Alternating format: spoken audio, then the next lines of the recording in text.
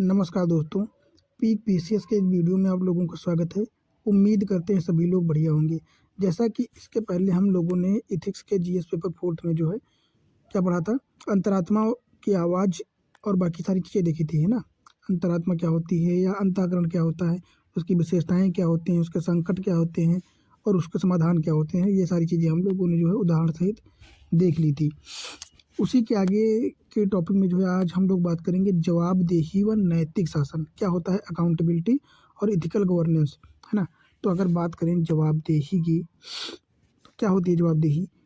अगर विशेष परिभाषा की बात करें तो उत्तरदायित्व या जवाबदेहिता का अर्थ होता है कि जिस व्यक्ति के पास विवेकाधीन शक्ति है उस पर यह बाध्यता होनी चाहिए कि वह अपने कार्यों का स्पष्टीकरण दे तथा किसी विशेष परिस्थिति में निर्णय किस प्रकार जो है लिया गया है। इनके कहने का मतलब क्या है कि अगर आप किसी व्यक्ति को या किसी भी संगठन को कोई पावर दी जा रही है तो उसके प्रति जो है उसकी रिस्पॉन्सिबिलिटी ये होनी चाहिए, उसको इस चीज़ की बाध्यता होनी चाहिए कि वो अपनी जो है शक्ति या पावर का प्रयोग किस प्रकार करेगा, या अगर कहीं पे किया है उसने तो उसको बताना होगा क्यों किया, किस प्रकार किया और उसका लाभ क्या मिला और उससे नुकसान किसी को तो नहीं हुआ है ना। उसको जवाबदेही देनी होगी। बात करें इसकी तो व्यक्ति या संगठन के प्रदर्शन व व्यवहार के लिए जिम्मेदारी की गारंटी ही जवाब देता है कि वह व्यक्ति किस प्रकार कार्य कर रहा है या निर्णय के लिए करने के लिए जो है किस प्रकार तथ्यों को सामने रखा जाए। ये सारी चीज़ें वहाँ पे मतलब पारदर्शिता को बढ़ावा देना ही अकाउंटेबिलिटी होती है। अगर उदाहरण के रूप में देखें तो सरकारी योजनाओं जैसे मनरेगा हो गया, तो इसमें परिसंपत्तियों के निर्माण में जवाबदेहिता सुनिश्चित करने के लिए क्या जियो टैगिंग का प्रावधान लाया गया है। किसको जियो टैगिंग का प्रावधान लाया गया है। अगला बात करें तो भारतीय रेलवे द्वारा ट्विटर के माध्यम से ऑनलाइन शिकायत व्यवस्था, किसके माध्यम से, ट्विटर के माध्यम से इसको बनाया गया है ना। तो रेलवे की अपने उपभोक्ताओं के प्रति जवाबदेहिता सुनिश्चित करेगा, क्योंकि इसमें अगर कोई अपनी शिकायत दर्ज कराएगा तो उसका जो है स्पष्टीकरण भी देना होगा और उसकी शिकायत का समाधान भी करना होगा। तो इस प्रकार जो है इन उदाहरणों का भी आप प्रयोग कर सकते हैं और इसके साथ अन्य आपके पास अगर कोई उदाहरण है तो आप इसको शामिल कर सकते हैं ताकि अपने आंसर राइटिंग में जो है इसको इम्प्रूवमेंट कर सकें। फिर अगर बात करें कि जवाबदेहिता का आधार क्या होता है या किस प्रकार जवाबदेहिता जो सुनिश्चित की जा सकती है, तो इसके लिए सबसे पहले हम बात करें तो निर्णय संविधान व कानून के अनुसार होने चाहिए। कि आप अगर कोई निर्णय ले रहे हो या आप किसी भी प्रकार के निष्कर्ष तक पहुंच रहे हो तो उसमें आप लोगों को जो है निर्णय लेने के लिए सबसे पहले आपको संविधान को नज़र में रखना होगा, है ना। फिर नियम विनियम या जो कानून बने हुए हैं उनको ध्यान में रखे बिना आप निर्णय नहीं ले सकते हो, क्योंकि उन्हीं से जो है जनता का लाभ होगा या जनता के अनुसार होगा कार्य, है ना। दूसरा, तार्किकता के आधार पर। तार्किकता का मतलब ये है कि अगर आपको ने कोई निर्णय लिया है, अगर उसमें कोई तथ्य नहीं है, उसमें कोई तार्किक तथ्य या तार्किक निर्णय नहीं है तो भी उसको गलत माना जाएगा, क्योंकि लोग तार्किकता पर ज़्यादा बल देंगे कि अगर आपने कोई निर्णय लिया है तो उसमें कोई न कोई सच्चाई या कोई ना कोई नैतिकता तो होनी ही चाहिए, है ना। दूसरा क्या हो जाएगा, नैतिक संहिता एवं नैतिक आचरण के आधार पर जो है निर्णय देना, उसका पालन करना, है ना। कोड ऑफ एथिक्स और कोड ऑफ कंडक्ट, इनको भी आपको ध्यान में रखना होगा, तभी जो है आपका निर्णय सही निर्णय माना जाएगा। अगला, सर्वश्रेष्ठ निर्णय। मान लो आप किसी निर्णय को निकालने के लिए 4 से 5 विकल्पों का जो है प्रायोरिटाइज करते हो, फिर इसमें भी सबसे बेटर क्या है तो उस निर्णय तक आपको पहुंचना होगा, है ना, सर्वश्रेष्ठ निर्णय पर पहुंचना। फिर तथ्यों का प्रकटीकरण। अगर आपने कोई निर्णय मान लो लिया है तो उससे संबंधित सभी दस्तावेजों को पब्लिक करना होगा, ताकि लोग भी देखें कि आपने अगर कोई निर्णय लिया है तो गलत नहीं लिया है या किस बेस पर लिया है ना। तो ये सारी चीज़ें अगर आम जनता तक पहुँचेंगी तो आम जनता का जो है सरकार पर भरोसा बढ़ेगा और इन दोनों का कॉम्बिनेशन बढ़ेगा, है ना। इससे क्या होगा, इससे एक दूसरे के कार्यों में सहयोग बढ़ेगा। अब मान लो एक सिविल सर्वेंट हो आप, ठीक है, और आप किसी गांव में जा रहे हो पर आपका अगर बात करने का तरीका ही सही नहीं है या आपके अंदर कोई ट्रांसपेरेंसी नाम की चीज़ नहीं है तो गांव के लोग आपके साथ क्यों सहयोग करेंगे, क्यों सहायता करेंगे, या फिर उनको अब विश्वास क्यों होगा आप पे। तो विश्वास आप पर इसीलिए होगा कि आप तथ्यों का प्रकटीकरण करोगे, ये सारी चीज़ों ये इन सभी नियमों को जो है फॉलो करोगे तो लोगों का विश्वास आएगा कि हाँ यार ये सरकार अधिकारी जो है ये हमारे लिए ही कार्य कर रहा है या हमको हमारे खिलाफ नहीं जाएगा या हम जो गलत का साथ नहीं देगा, है ना, भ्रष्टाचार नहीं करेगा, लाल फीताशाही नहीं करेगा। तो जनता का आप में विश्वास होगा तो आपके कार्य करने की जो है दक्षता बढ़ जाएगी, क्योंकि वैसे आपको पर मतलब अकेले कार्य करना पड़ेगा, पर जनता का विश्वास होगा अगर अधिकारियों के प्रति, तो वो उस कार्य में जो है आपकी पूरी सहायता करेंगे जितना हो सकेगा, है ना। तो इस प्रकार दोनों में कॉम्बिनेशन होना भी बहुत ज़रूरी है, तभी जो है सरकार की सुविधाएं या जो प्रोग्राम योजनाएं चलाई जा रही हैं वो अच्छी तरह से आसानी से जो है एक वहाँ तक पहुँचाई जा सकेंगी या लक्षित समूह तक पहुँच पाएंगी। फिर अगला क्या है कि उत्तरदायित्व के प्रकार क्या है, मतलब किस प्रकार उत्तरदायित्व के कौन कौन से जो है टाइप्स हैं। तो पहला तो ऊर्ध्वाधर टाइप उत्तरदायित्व हो जाएगा, क्षैतिज हो जाएगा, राजनीतिक उत्तरदायित्व और विधिक उत्तरदायित्व। तो अगर बात करें ऊर्ध्वाधर उत्तरदायित्व, तो ऊर्ध्वाधर उत्तरदायित्व क्या होता है, तो अपने जो है उच्च अधिकारियों और संस्था के प्रति उत्तरदायित्व, है ना। मान लो आप किसी पद पर हो, ठीक है, तो आपका अपने जो है उच्च पद को उत्तरदायित्व होता है, आप अपने ऊंचे वाले पद वाले अधिकारी को जो है जवाबदेह होगे कि आपने किस प्रकार कार्य किया, या अगर गलत कार्य किया है तो उसका भी जो है स्पष्टीकरण आपको देना होगा। उसी प्रकार वो अधिकारी ऊपर वाले को देगा, है ना। इस प्रकार से एक हायरार्की बन जाती है, ये इनको निर्णय देंगे, ये इनको अपनी जवाबदेहिता सुनिश्चित करेंगे, ये इनको। तो इस प्रकार जो है क्या है कि मान लो संसद के प्रति कार्यपालिका का जो है रिस्पॉन्सिबिलिटी होगी, कार्यपालिका के प्रति मंत्री, और मंत्रियों को मुख्य सचिव, और मुख्य सचिव को सचिव, ये एक दूसरे को अपनी जानकारी देंगे, है ना। तो यहाँ पे सबसे ऊंचे संसद हो जाएगा, उसके नीचे कार्यपालिका, उसके नीचे मंत्री, उसके नीचे मुख्य सचिव, और उनके नीचे सचिव हो जाएंगे, फिर उसके नीचे आईएएस अधिकारी हो जाएंगे, फिर उनके नीचे डीएसपी हो जाएंगे या मतलब एसडीएम हो जाएंगे, फिर उनके नीचे और अधिक छोटे अधिकारी हो जाएंगे। तो इस प्रकार एक हायरार्की नीचे से ऊपर की ओर चलती जाएगी, है ना, पद के अनुसार। तो ये क्या हो जाएगा, ये ऊर्ध्वाधर हो जाएगा। और क्षैतिज की बात करें तो क्षैतिज ऐसे होता है ना। तो क्षैतिज की बात करें तो दो समकक्ष संस्थाओं की एक दूसरे के प्रति जो है उत्तरदायित्व जो होता है, तो वो होता है क्षैतिज। मतलब विधायिका व न्यायपालिका एक दूसरे के प्रति जो है जवाबदेह हैं। क्योंकि मान लो विधायिका ने कोई कानून बनाया और वो गलत है, तो वो जवाबदेह न्यायपालिका को होंगी, न्यायपालिका जो है अपना जवाबदेही मांग सकती है विधायिका से। इसी प्रकार अगर न्यायपालिका ने कोई गलत निर्णय दे दिया है तो विधायिका भी उस पर सवाल उठा सकती है कि अगर आप गलत है तो, और सही नहीं है तो कोई दिक्कत ही नहीं है। फिर बात करते हैं अगला क्या होता है, अगर राजनीतिक उत्तरदायित्व किस प्रकार होता है। तो राजनीतिक उत्तरदायित्व की बात करें तो सरकार का संसद के प्रति उत्तरदायित्व, है ना। सरकार का मतलब होता है कार्यपालिका, तो कार्यपालिका जो है लोकसभा के प्रति उत्तरदायी होती है। ये चीज़ तो आप लोगों ने जो है बहुत अच्छे से पढ़ा होगा पॉलिटी में, तो ये तो आप लोगों को बताने की आवश्यकता ही नहीं होनी चाहिए। फिर विधिक उत्तरदायित्व क्या होता है, तो सरकार व सिविल सेवकों का संविधान व कानून के प्रति उत्तरदायित्व, ये भी आप लोगों को बताने की आवश्यकता नहीं है। क्योंकि सरकार हो या सिविल सेवक हो या कोई भी हो, कोई भी संविधान के उल्लंघन के अनुसार पर कोई कार्य नहीं कर सकता, है ना। ऐसी कोई विधि नहीं बनेगा, ऐसे कोई कानून नहीं बनेगा, या ऐसी कोई भी एक्टिविटी नहीं होगी जो विधि, कानून या संविधान का उल्लंघन करती हो।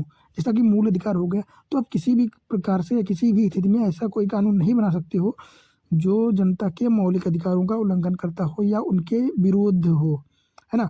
तो इस प्रकार जो है ये विधिक उत्तरदायित्व हो जाता है।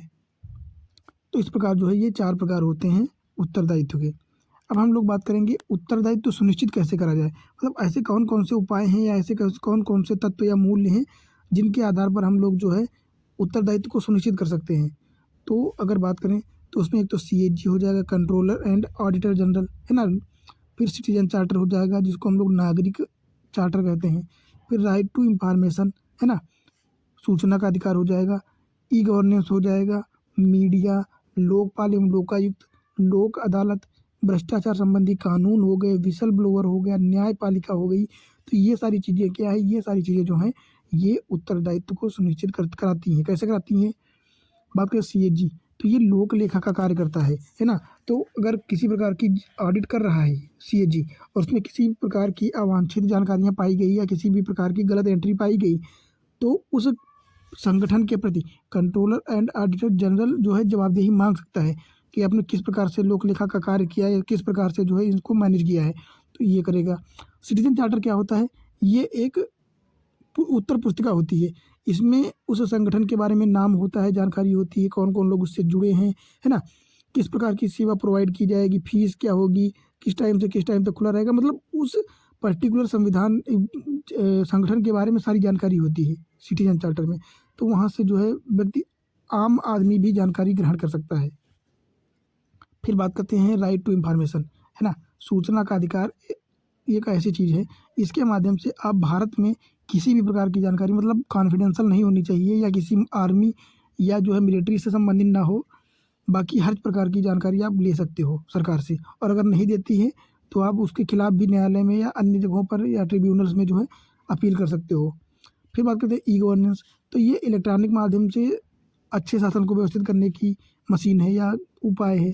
मीडिया तो जानते हैं आप लोग, इसके बारे में कुछ बताने की आवश्यकता ही नहीं है। तो मीडिया किस प्रकार कार्य करती है, उत्तरदायित्व को सुनिश्चित करती है। हालांकि वर्तमान में जो है मीडिया थोड़ा सा पापाराजी के चक्कर में थोड़ा सा कभी कभी अपनी नैतिक उद्देश्यों को भूल जाती है ना, पर्टिकुलर राजनीति में घुस जाती है, जो कि गलत है। फिर बात करें लोकपाल एवं लोकायुक्त। तो सोचो लोकपाल की इतनी बड़ी पावर है कि वो प्रधानमंत्री सहित किसी की भी जांच कर सकता है। तो क्या है, इसके पास भी इतनी पावर है कि ये प्रधानमंत्री तक के या अन्य मंत्रियों से भी जो है अपना उत्तरदायित्व सुनिश्चित करवा सकता है या जवाबदेही मांग सकता है। तो ये भी ये कार्य करता है। लोक अदालतें हो जाएंगी, है ना, भ्रष्टाचार संबंधी अन्य कानून हो जाते हैं, विसल ब्लोअर और न्यायपालिका के कार्य सभी को पता है। तो इस प्रकार से जो है चीज़ें कार्य करती हैं, उत्तरदायित्व सुनिश्चित होता है। अब बात करते हैं नैतिक शासन क्या होता है, इथिकल गवर्नेंस। तो अगर बात करें नैतिक शासन की, तो यह शासन एक तरीका है जिसका संबंध व्यवसाय, सरकार, राजनीति, अंतर्राष्ट्रीय संबंध आदि में जो है देखभाल आदि में प्रबंधन और नीति बनाने से संबंधित जो गतिविधियां होती हैं उनके बारे में सही व उचित का आचरण या जो है इन चीज़ों के बारे में बताता है कि ये जो आप नीति बना रहे हो या कानून बना रहे हैं इसमें किस प्रकार की खामियां हैं या किस प्रकार जनता के खिलाफ हो सकता है या उनके लिए अच्छा हो सकता है। मतलब सीधी सी बात ये है कि ये उचित एवं अनुचित तथा सही एवं गलत का निर्णय करने में आपको आसानी करता है नैतिक शासन, है ना। अगर बात करें नैतिक शासन में उत्तरदायी नैतिक शासन किसे कहते हैं, तो ऐसा शासन जिसमें प्रशासन में उच्च नैतिक मूल्य हो। कैसे, प्रशासन में उच्च नैतिक मूल्यों का समावेशन हो, नागरिक केंद्रित प्रशासन हो, ऐसा शासन हो जो नागरिकों के लिए बनाया गया हो, चूँकि योजनाएं नागरिकों के लिए चलाई जा रही हैं, है ना, आम जनता को शामिल करना हो, उनके जो है आधार पर होना चाहिए। दूसरा, उसमें पारदर्शिता होनी चाहिए, किसी भी प्रकार का भ्रष्टाचार ना हो, लाल फीताशाही ना हो, है ना, आम लोगों को उसकी जानकारी हो, समझ हो। फिर अनुक्रियाशीलता को बढ़ावा देना, नागरिकों की सहभागिता, मतलब नीतियाँ ऐसी होनी चाहिए जिसमें नागरिकों की भागीदारी भी हो, सहभागिता भी हो, उनको लगे कि हाँ यार मुझे भी शामिल किया गया है, ये मेरे लिए ठीक है ना। बाकी शिकायतों का तीव्र निपटारा, अगर किसी भी प्रकार की कोई खामी आ रही है, गलती हो रही है तो उसको जल्दी से जल्दी समाधानित करना, है ना। ये सारे क्या हो जाएंगे, नैतिक शासन के उत्तरदायी तत्व हो जाएंगे। अगर बात करें नैतिक शासन की आवश्यकता क्यों है, मतलब नैतिक शासन की ही आवश्यकता क्यों है, तो नैतिक शासन की आवश्यकता हमारे लिए इसलिए है कि हम ताकि सतत विकास को बढ़ावा दे सकें, है ना, गरीबी उन्मूलन अपना जो उद्देश्य है इसको पूरा कर सकें, असमानता को दूर कर सकें, जो विशेषाधिकार किसी पर्टिकुलर को इंसान को दिया जा रहा है तो उसको ख़त्म किया जा सके, है ना, देश में सभी इंसान बराबर हों, सभी को ऐसा फील हो सके कि हाँ समानता है, संवैधानिक मूल्यों का संरक्षण हो सके, उनका उल्लंघन ना हो किसी भी प्रकार में या किसी भी स्थिति में, है ना, किसी भी एक व्यक्ति निरंकुश ना बन सके, तानाशाह ना बन सके, मानवाधिकारों को बढ़ावा दिया जा सके, इनका सुरक्षित रखा जा सके, साथ में पर्यावरण को संरक्षित किया जा सके, है ना, और पारदर्शिता और जवाबदेहिता को बनाए रखा जा सके। तो इन सभी मूल्यों को बनाए रखने के लिए हमें नैतिक शासन की बहुत ज़रूरी या बहुत ही आवश्यकता है, जो कि आप लोग बहुत अच्छे से समझ भी रहे होंगे। अगला टॉपिक हो जाएगा अपना सुशासन। क्या होता है गुड गवर्नेंस, है ना।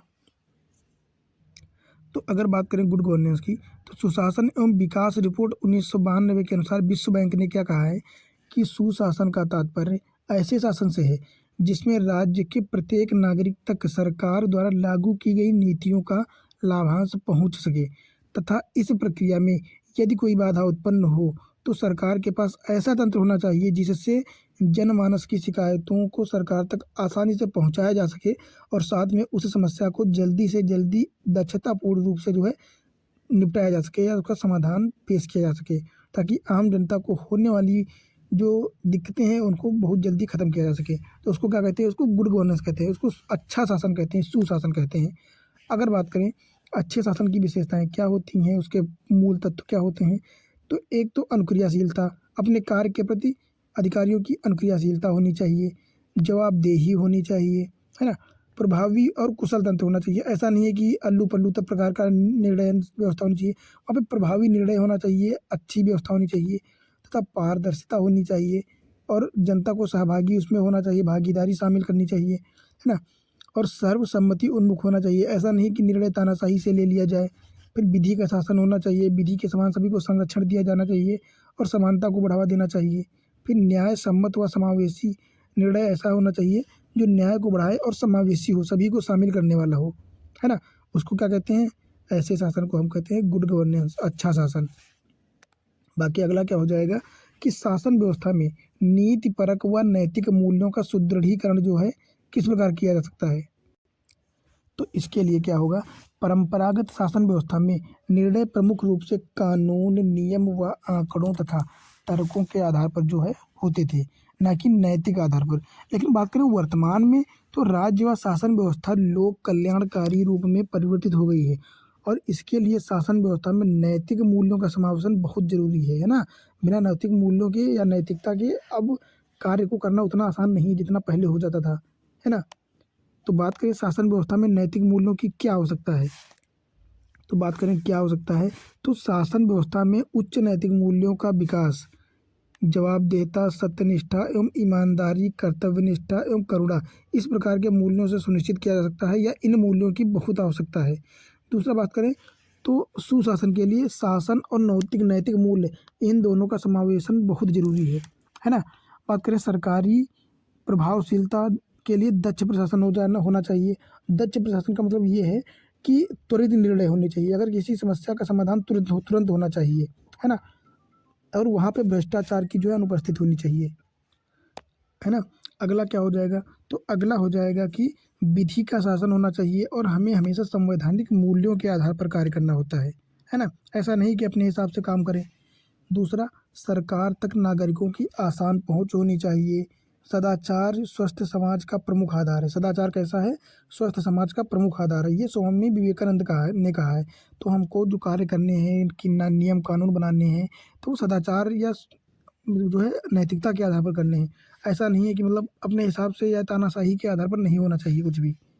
अगला, शासन के सदाचार व सद्गुण पर बल दो जो शासन को नैतिक शासन में परिवर्तित करता है। ये किसने कहा है, तो ये सुकरात ने कहा है। तो इस प्रकार स्टेटमेंट आपको ध्यान रखने पड़ेंगे क्योंकि मेंस की आंसर राइटिंग जब करेंगे तो वहाँ पे इनकी आवश्यकता बहुत ज़्यादा होगी, है ना। तो वहाँ पे आपको ये करोगे तो आपका नंबर बहुत जल्दी बूस्ट होगा, है ना। अन्य लोगों से आपको अलग बनाने के लिए इनका तो प्रयोग करना ही पड़ेगा कोट्स का, है ना। अगली हेडिंग क्या हो जाएगी अपनी, शासन व्यवस्था में लोक प्रशासकों से संबंधित नैतिक मूल्यों की सुदृढ़ता, मतलब लोक प्रशासन में जो महत्वपूर्ण नैतिक मूल्य हैं उनको कैसे मजबूत किया जाए।